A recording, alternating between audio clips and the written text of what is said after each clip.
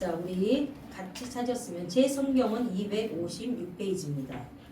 우리 하나님 말씀을 읽겠습니다. 시작. 그러므로 형제들아, 내가 하나님의 모든 자비하심으로 너희를 권하노니 너희 몸을 하나님이 기뻐하시는 거룩한 산 제물로 드리라. 이는 너희가 드릴 영적 예배니라. 너희는 이 세대를 본받지 말고 오직 마음을 새롭게 함으로 변화를 받아 하나님의 선하시고 기뻐하시고 온전하신 뜻이 무엇인지 분별하도록 하라. 아멘. 오늘은 나를 하나님께 드리라는 제목으로 말씀을 전하겠습니다. 우리 잠깐 기도하겠습니다. 살아계신 성령님, 이 시간도 역사하여 주시길 원합니다. 들으면서 전하면서 하나님의 음성만을 듣기를 원합니다. 이 시간 하나님 아버지, 우리가 알지 못하는 곳에 또 사단이 우리의 은혜를 빼앗으려고 왔다면 한 길로 왔다 7길로 물러가는 역사가 일어나게 하시고, 이 시간 우리의 빈 마음 가운데 주의 평강과 은혜와 치유와 회복이 일어날 수 있도록 주님 도와주시옵소서. 살아계신 성령님, 이 시간에 모든 것들을 주님 앞에 올려드리며 예수님의 이름으로 감사하며 기도했사옵나이다. 아멘. 나를 하나님께 드리라. 제목부터 조금 부담스럽습니다. 그렇죠? 예. 저는 좀 부담스럽습니다. 나를 하나님께 드리라. 드렸는데 뭘 또 드릴까라는 생각을 합니다.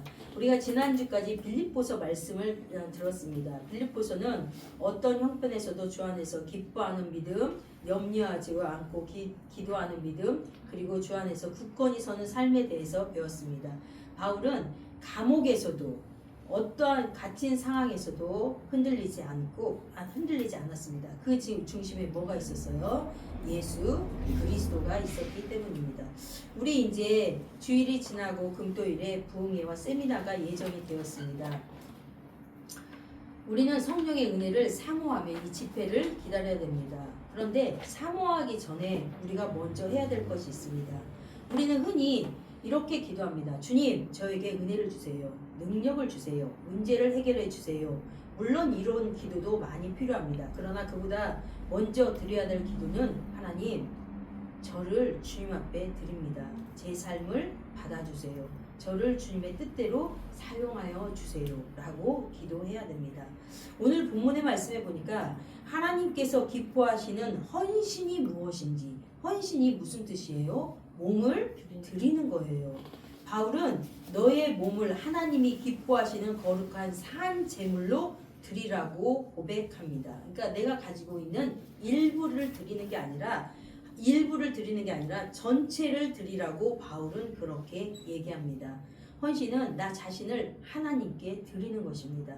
먼저 헌신은 하나님의 은혜를 받은 사람이 많이 들을 수 있는 응답이라는 것이죠. 1절 말씀 우리 한번 읽어보겠습니다. 그러므로 형제들아, 내가 하나님의 모든 자비하심으로 너희를 권하노니, 여기까지만 읽겠습니다. 그래서 여기에 중요한 게 뭐냐면 그러므로 로마서 1장에서 11장까지 바울은 하나님께서 우리에게 행하신 구원에 대해서 많이 설명해 주고 있습니다. 우리는 죄로 인해서 하나님께 나갈 수 없는 사람이었습니다. 예수 그리스도께서 십자가에서 우리 죄를 담당하셨습니다. 우리는 행위가 아니라 믿음으로 의롭다 하심을 받고 하나님의 자녀가 되었습니다. 맞습니까? 아멘입니다. 그 은혜를 설명한 후에야 바울이 그러므로 너희 몸을 하나님께 드려라 라고 얘기를 합니다. 헌신은 하나님께 무엇을 얻기 위해서 내거는 조건이 아닙니다. 무당들은 어떻게 해요? 구슬하고 막 그렇게 해서 자기 몸을 찢고 헌신해야 뭘 주잖아요. 아닙니다. 내가 복을 받기 위해서 헌신하는 거 아니에요. 우리 오해를 합니다. 내가 헌금을 해야, 내가 뭐 봉사를 해야 하나님이 나를 복 주신다? 그게 아닙니다. 헌신은 이미 받은 은혜에 대한 응답이라는 거죠. 우리가 하나님께 먼저 드린 것이 아니라는 거예요. 하나님이 먼저 우리에게 독생자 예수 그리스도를 주셨어요. 그렇죠? 하나님이 내가 먼저 하나님을 사랑한 게 아니에요. 하나님이 먼저 나를 사랑하셔서 찾아왔다는 것입니다.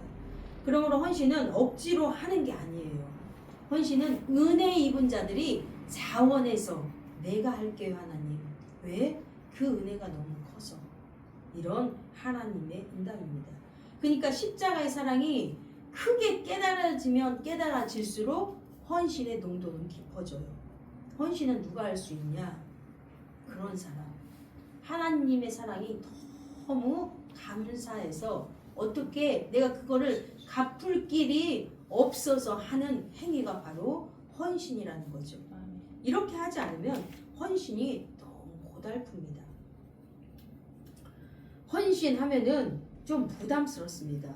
내가 더 많이 일을 해야 될 것 같고 내 거를 포기해야 될 것 같고 헌금도 더 많이 내야 될 것 같고 물론 헌신이라는 것은 몸을 들이기 때문에 희생이 따릅니다. 그러나 헌신의 출발점은 희생이 아니라 은혜입니다. 우리 성경 공부할 때 어떤 청년이 우리 회장님이 그걸 물어보더라고요. 내가 하나님을 위해서 헌신하다가 지치면 어떻게 하냐? 지칠 때도 있죠. 딱 하나만 생각하랬어요. 예수 그리스도. 그럼 우리는 다시 회복할 수 있습니다. 헌신의 중심은 예수님의 그 은혜에게 있기 때문에 그 사랑에 있기 때문입니다. 그래서 우리가 하나님의 은혜를 잊으면 헌신이 짐이 됩니다. 왜 나에게만 하라고 할까? 내가 전도사도 아닌데 내가 뭐 일기이고 평신인데 왜 내가 이걸 해야 되지? 라고 생각이 듭니다. 여러분 은혜를 기억하면 헌신은 감사로 바뀌게 됩니다. 지금까지 우리를 지켜주신 하나님의 은혜를 좀 생각해 봤으면 좋겠어요. 여러분 지금 아무 일 없이 이곳에 앉아있는 건 은혜예요. 하나님이 조금만 손을 떼잖아요. 그러면 우리는 정말 견딜 수가 없습니다. 여러분 길을 잃지 않고 지금 이 시간에 찬양할 수 있는 건 하나님의 은혜예요. 내 자녀가 아프지 않고 건강하게 살아가는 것 이거 하나님의 은혜입니다. 돈 벌 수 있는 영육간의 강건함을 주신 것 하나님의 은혜예요. 여러분 정신병 걸려보세요. 일 못해요. 사람 구실을 못해요. 근데 그렇게 하지 않고 이곳에 우리가 와서 하나님을 찬양하잖아요. 손으로 셀 수 없는 하나님의 은혜를 우리가 잊고 사는데 우리가 이 하나님의 은혜를 잊는다면 우리는 헌신이 짐이 될 것입니다. 우리 헌신 과하지 않아요. 제가 논문을 쓸 때 우리 그 교수님이 진짜 저에게 헌신을 많이 해주셨어요. 매주마다 찾아와 주시고 해주시고 그 헌신에 내가 그 갚아주려고 막 이렇게 노력을 하는데도 불구하고 잘 갚지는 못하지만 인간의 도움을 받고 감사해서 그것도 갚으려고 하는데 우리가 하나님께 은혜를 입었잖아요. 그것도 아주 많은 은혜를 한번 생각해 봤으면 좋겠어요. 하나님 내게 어떤 은혜를 주셨는지. 두 번째는요. 하나님은 우리의 일부가 아니라 우리 자신을 드리기를 원합니다. 바울은 너의 몸을 하나님께 드리라고 이야기합니다. 몸을 드리라는 것은 우리 삶 전체를 드리라는 거예요. 우리의 생각과 마음, 시간과 물질, 재능과 계획, 관계와 미래 모든 걸 하나님께 맡기라는 것입니다. 근데 우리는 때로는 일부만 드리려고 합니다. 주일에 한두 시간 드리고 나머지는 내 마음대로 살려고 해요. 교회 안에서는 하나님을 섬기지만 가정과 일터에서는 내 성질대로, 내 욕심대로 행동을 합니다. 찬송할 때는 주님의 뜻대로 살겠습니다 라고 찬송을 하지만 실제로 뭔가를 선택할 때는 내 뜻대로 선택할 때가 너무나 많다는 것입니다. 그러나 하나님은 우리가 주일 예배만 드리는 걸 원치 않아요. 월요일부터 토요일까지 삶도 원합니다. 하나님은 우리의 입술로 드리는 찬양뿐만 아니라 우리의 말과 행동도 받으시길 원합니다. 우리가 교회 안에서 모습뿐만 아니라 가정과 직장과 일상의 모습도 하나님이 받으시길 원합니다. 집에서 청소하면서 주님께 영광 돌리고 설거지하면서 영광 돌리고 일하면서 영광 돌리고 친구들하고 말을 하면서도 영광 돌리고 이렇게 하기를 하나님이 원하신다는 거예요. 근데 우리는 어때요? 그 시간은 하나님을 쏙 빼놓습니다. 그리고 내 마음대로 이야기하고 내 뜻대로 생각하고 내 마음대로 행동을 합니다. 여러분 참된 헌신은 하나님, 제가 무엇을 해야 되는지 말씀해 주세요 라고 해야 된다는 것이죠. 우리가 하고 싶은 일을 도와주세요 라고 기도하기보다는 이제는 제 뜻보다 주님의 뜻을 따르겠다고 고백하는 저와 여러분들 되길 주의 이름으로 축복합니다. 우리는 하나님께 무엇을 드릴 때도 여전히 소유권은 내가 가지고 있다고 생각을 해요. 시간도 내 것, 물질도 내 것, 재능도 내 것. 그래서 내가 원하는 만큼만 하나님께 드릴 수 있다고 생각을 합니다. 그러나 성경은 이 모든 것이 누구로부터 왔다고 그렇게 기록하고 있습니까? 하나님으로부터 왔다고 합니다. 여러분, 생명이요, 내 거 아니에요. 솔직히 모든 거 다 내려놓고 생명 내 겁니까? 내일 하나님이 나 부르시면 어떻게 하려고요? 돈? 하나님이 주셨으니까 지금까지 가지고 있죠. 건강과 재능 여러분 것입니까? 아니에요. 기회도 여러분 거 아닙니다. 이 모든 것 다 하나님이 주신 것이라는 것이죠. 그래서 헌신은 하나님이 내 것을 빼앗는 게 아니에요. 우리는 빼앗긴다고 생각을 하죠. 시간도 빼앗긴다고 생각을 하고, 물질도 빼앗긴다고 생각을 하고, 그냥 몸도 빼앗긴다고 생각을 하고. 아닙니다. 원래 하나님 거예요. 하나님이 나 쓰라고, 이 땅에 있는 동안에 쓰라고 시간도 주시고, 건강도 주시고, 물질도 주시고, 자녀도 주시고 다 주셨다는 것입니다. 그래서 그냥 헌신이라는 것은 하나님 걸 하나님께 돌려드리는 것. 내가 붙잡고 있던 인생의 주도권을 이제는 하나님께 맡겨야 된다는 것입니다. 우리 역대상 29장 14절 한번 찾아보시겠습니다. 역대상 29장 14절. 먼저 찾으신 분은 페이지를 좀 알려주시기 바랍니다. 역대상 29장 14절 말씀.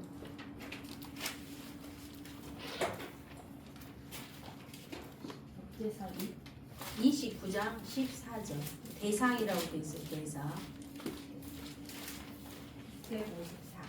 예? 654장이라고 합니다. 자, 역대상 29장 14절 말씀. 우리 다 같이 한번 읽어보겠습니다. 시작. 나와 내 백성이 무엇이기에 이처럼 즐거운 마음으로 들으심이 있나이까. 모든 것이 주께로 말미암아 싸우니 우리가 주의 손에서 받은 것으로 주께 드렸을 뿐이니이다. 아멘. 이것은 다윗의 고백이에요. 다윗이 하나님께 얼마나 많은 것을 드렸는지 여러분 아시죠? 다윗이 그렇게 고백합니다. 이 모든 것 하나님이 나한테 주셨어요. 이제 하나님께 돌려드리겠습니다. 우리가 하나님께 드릴 수 있는 것조차도 사실은 은혜예요. 내가 찬양으로 주님 앞에 영광 돌리고 싶은데 목소리가 안 나와봐요. 여기 호스 끼고 있어서. 내가 육신으로 하나님께 영광을 돌리고 싶은데 내 몸이 아파서 병원에 입원했다고 생각을 해봐요. 어떻게 하나님께 영광을 돌리겠습니까? 내가 물질로 하나님께 영광을 돌리고 싶은데 정말 주머니를 탈탈 떨어도 1,000원짜리 한 장이 없으면 내가 하나님께 어떻게 드릴 수 있겠습니까? 그래서 우리가 드릴 수 있는 것도 모두 다 하나님의 은혜라는 것입니다. 그러므로 헌신은 빼앗기는 삶이 아니라 가장 안전한 분께 나의 삶을 맡기는 것입니다. 세 번째로 헌신은 살아있는 재물이 되는 것이라는 것이죠. 바울은 우리에게 거룩한 산 재물을 드리라고 했습니다. 옛날에는 살아있는 걸 드렸어요. 죽어있는 걸 드리지 않았어요. 살아있는 걸 드려서 각을 떠서 이렇게 드렸지요. 완전히 드려져야 하기 때문에 이제 각을 떠서 드렸습니다. 죽어서. 그런데 바울은 우리를 향해서 어떤 재물? 산 재물이 되리라고 얘기합니다. 살아있는 재물이라는 것은 이렇게 중요한 표현입니다. 죽은 것 드리면 안 돼요. 근데 우리가 자꾸만 살아서 이렇게 제단 위에서 자꾸 내려가요. 예배 시간에도 주님 제 삶을 드리겠습니다 라고 고백하면서 찬양해놓고 예배 끝나면 다시 내 뜻을 붙잡습니다. 기도할 때도 주님 내가 순종하겠습니다 라고 고백을 하면서 손해가 생기면 마음이 달라져요. 그래서 헌신은 한 번의 결단으로 끝나지 않습니다. 매일 자신을 하나님께 드리는 연습을 해야 돼요. 매일 아침에 우리는 이렇게 고백했으면 좋겠습니다. 오늘도 내 삶은 주의 것입니다. 한번 해볼까요? 오늘도 내 삶은 주의 것입니다. 아멘. 헌신은 특별한 일을 하는 게 아니에요. 그냥 맡겨진 자리에서 충성을 다하면 돼요. 하기 싫어도 말씀에 순종하는 것이 바로 헌신입니다. 억울해도 정직하게 사는 것이 헌신하고, 미운 사람을 용서하고 먼저 손 내미는 것도 헌신이에요. 꼭 큰 건물을 짓고 물질을 막 드리고 이게 헌신이 아니라는 거예요. 내 삶에 충성을 다하면 그게 바로 헌신이라는 거예요. 알아주는 사람이 없어도 맡은 일을 묵묵히 감당하는 것, 이게 바로 헌신이라는 거죠. 선교지로 떠나야만 헌신입니까? 어떤 사람은 모든 재산을 드려야만 헌신이라고 생각을 합니다. 물론 하나님의 부르심에는 특별한 부르심도 있어요. 그러나 대부분 헌신은 우리의 일상생활에서 시작이 됩니다. 가족에서 가족을 사랑하고 섬기는 것, 이거 헌신이에요. 교회에서 맡은 일을 충성하게 감당하는 것, 그것도 헌신입니다. 우리 귀한 형제의 헌신은 뭐예요? 예배 시간마다 잘 참석하는 거. 뭘 할 수 있겠어요? 그게 저 사람의 헌신인 거예요. 그러면 하나님이 그것만으로도 잘했다, 착하고 충성된 종아, 이렇게 칭찬을 하신다는 것입니다. 직장에서는 그리스도인답게 정직하게 살아야 돼요. 돈 빼먹지 말고, 어려운 이수를 돌보는 것, 말로 남에게 상처 주지 않고 사람을 살리는 것도 헌신입니다. 이게 하나님께 드리는 산 제사예요. 내가 살아있으면서 하나님께 영광을 돌리는 게 산 제사라는 것입니다. 헌신은 뜨거울 때만 하는 게 아닙니다. 여러분, 살다 보면 감정이 식을 때도 있어요. 헌신하기 싫을 때도 있어요. 그러나 상황이 좋을 때만 순종하는 것이 아니라 어려운 상황에서도 하나님의 말씀을 선택하는 게 바로 헌신이고 재물의 모습이라는 것입니다. 여러분, 산 재물이 되시길 바랍니다.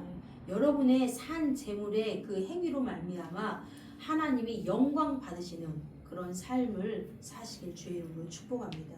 넷째로는요, 이 시대를 본받지 않는 것입니다. 2절 말씀 한번 읽어보시겠습니다. 2절. 너희는 이 세대를 본받지 말고 오직 마음을 새롭게 함으로 변화를 받아 하나님의 선하시고 기뻐하시고 온전하신 뜻이 무엇인지 분별하도록 하라. 아멘. 하나님께서 자신을 드리는 사람은 세상의 방식대로 살아갈 수 없습니다. 하나님의 사람은 하나님의 방식대로 살아가게 돼 있어요. 세상은 자신을 높이라고 얘기해요. 근데 예수님은 뭐라고 그래요? 낮춰라.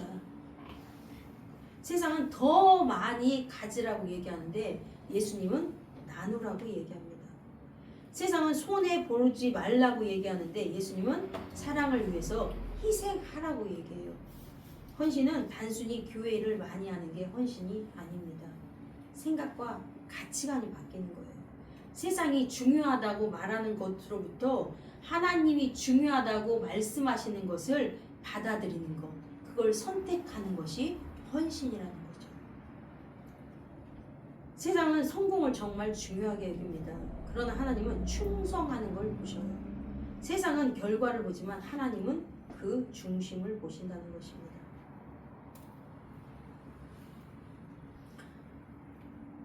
그러므로 헌신한 사람은 끊임없이 자신을 말씀 앞에 비추어 봐야 됩니다. 지금 내가 생각하는 것이 하나님의 뜻과 맞나? 내가 선택하는 길이 하나님을 기쁘게 하는가? 내가 붙잡고 있는 것이 내 고집인가? 하나님의 뜻인가를 계속해서 우리가 반문해 봐야 됩니다. 그리고 우리 마음을 새롭게 해야 됩니다.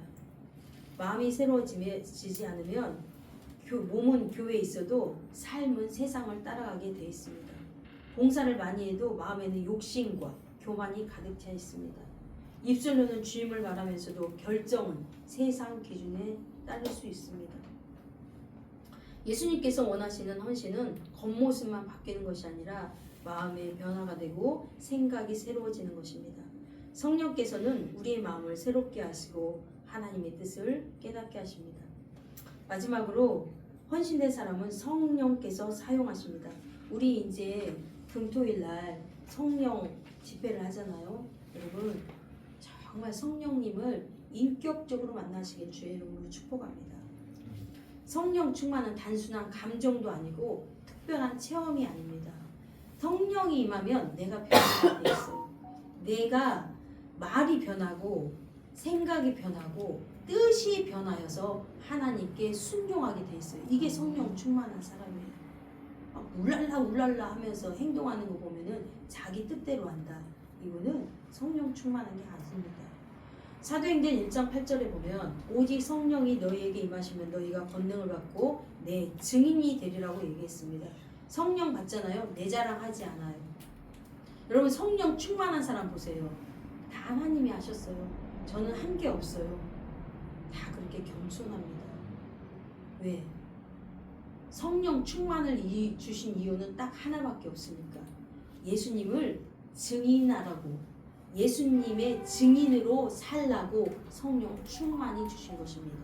그래서 아무나 전도할 수 없어요. 성령 충만한 사람만 전도할 수 있는 것입니다. 그러므로 성령의 은혜를 구하기 전에 먼저 우리의 삶을 하나님께 드려야 됩니다.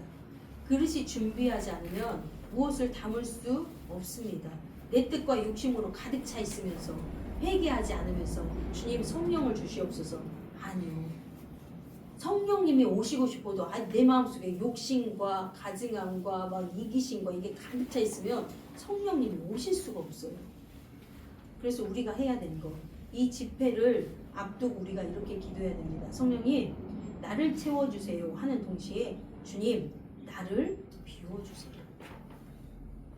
내 고집을 비우고 내 욕심을 비우고 내 상처와 미움을 내려놔야 됩니다. 그리고 나서 성령님 저를 사용해 주세요. 우리 일주일 동안 그 기도를 했으면 좋겠습니다. 주님 내 마음속에 있는 모든 찌꺼기를 다 내려놓습니다. 다 비웁니다. 이 빈 마음에 성령으로 채워주셔요. 그래서 정말 축제적인 시간이 되길 주의 이름으로 축복합니다. 이사야가 하나님의 거룩하심 앞에서 자신의 죄를 깨달았어요. 성령 충만한 사람의 먼저의 특징이 뭔지 아십니까? 내가 죄인이라는 것을 정말 통해 자복한다는 거예요. 주님 앞에 고개를 들 수가 없어요. 하나님께서 그의 죄를 깨끗이 하신 후에 내가 누구를 보내며 누가 우리를 위해 갈 거라고 사명을 말씀하셨어요. 그때 이사야가 내가 여기 있나이다 나를 보내소서라고 대답을 했습니다. 하나님은 오늘 또 우리에게 물으십니다. 누가 나를 위해 살아가겠느냐? 누가 이 가정을 믿음으로 세우겠느냐? 누가 교회를 섬기겠느냐? 누가 상처받은 영혼을 품겠느냐? 누가 복음을 전하겠느냐? 그때 우리가 이사야처럼 대답했으면 좋겠습니다. 주님, 제가요. 제가 하겠습니다. 우리 가정의 사랑을, 직장의 복음을, 사업장에서 주님의 은혜를 내가 흘려 보내겠습니다. 이렇게 헌신하는 저와 여러분들이 되길 주의 이름으로 축복합니다. 헌신 거창한 거 아닙니다. 나의 삶의 주인이 내가 아니라 하나님이라는 것을 인정만 하면 됩니다. 이제 내 뜻이 아니라 무언가를 선택할 때 하나님의 뜻대로 하겠다는 게 바로 헌신입니다. 이번 부흥회 때는 정말 은혜 받고 주님이 가라신 곳에 가는 저와 여러분들이 되시는 주의 이름으로 축복합니다. 그래서 주님까지 지금까지 혹시 내 뜻대로 내 고집대로 살았더라면 이제는 그 모든 것들을 내려놓고 주님의 백성답게 주님의 은혜를 입어 헌신하는 저와 여러분 되시길 주의 이름으로 축복합니다. 기도하시겠습니다. 좋으신